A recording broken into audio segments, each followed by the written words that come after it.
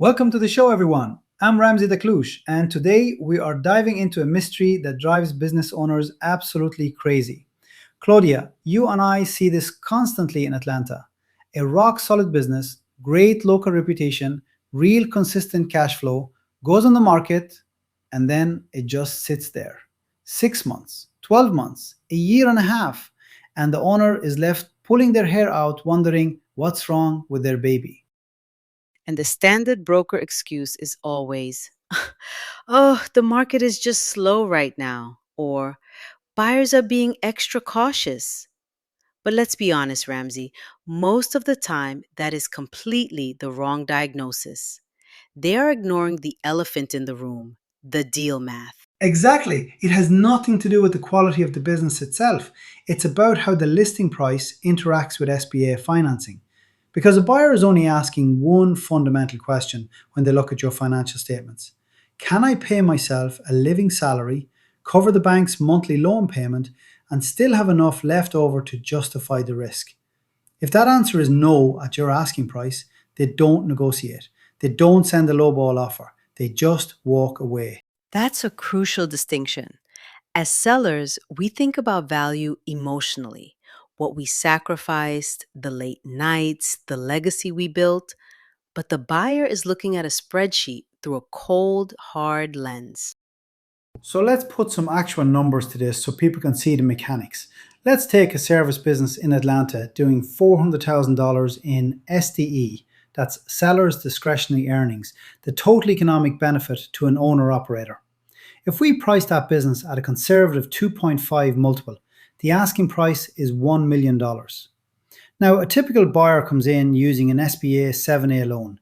They put down 15%, which is $150,000 of their own cash, and the bank finances the rest. At current rates, on a 10-year amortization, that yearly debt service is going to run right around $95,000. Right. And then the buyer has to actually live. They need to pay themselves a reasonable market salary to run the day to day operations. Let's call that salary $120,000. Perfect. So let's run the math. 400,000 in SDE minus 95,000 for the bank minus 120,000 for the new owner's salary, that leaves $185,000 of free cash flow left in the business. That is a beautiful, healthy deal. The buyer can say yes to that all day long.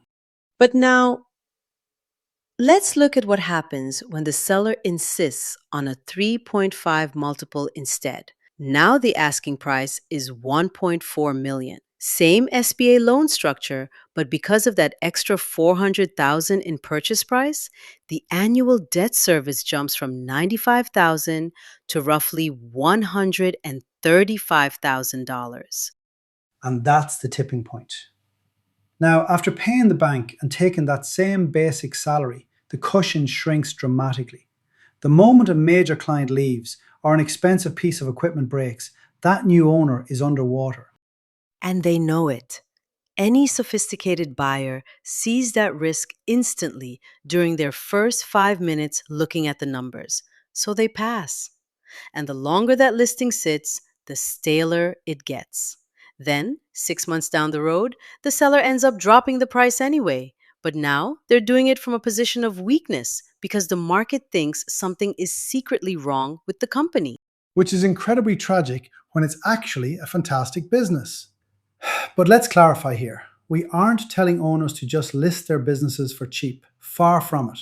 The key to avoiding this trap is having a flawless SDE recast done before you ever go to market. Most owners look at the net income line on their tax returns and think that's their starting point. But tax returns are designed to minimize profit to pay less tax. Exactly. The SDE recast is where we rebuild the true financial picture. We start with that tax return net profit, but then we legally add back the owner's salary, their health insurance, personal vehicles run through the business, any non working family members on payroll, and even one time capital expenses. I had a client recently who thought their business was only worth about 400,000 based on their tax returns. But after we did a thorough recast, We found almost double that in hidden economic value. Double. That is massive. That's why you can't just guess your number. And once you have that accurate STE, you can use smart deal structuring to make the business even more attractive to buyers without cutting your price. The biggest lever here is the seller note, typically carrying 10 to 15% of the purchase price. Oh, I know some sellers absolutely cringe when we first bring up a seller note. They say, Claudia, I want to sell my business and walk away, not become a bank. I hear that every single week, but here's the reality. Carrying a small seller note is the ultimate signal of confidence to the SBA lender. It tells the bank, hey, I built this place, it's strong, and I trust it will continue to thrive under new ownership. That makes the bank far more comfortable approving the loan.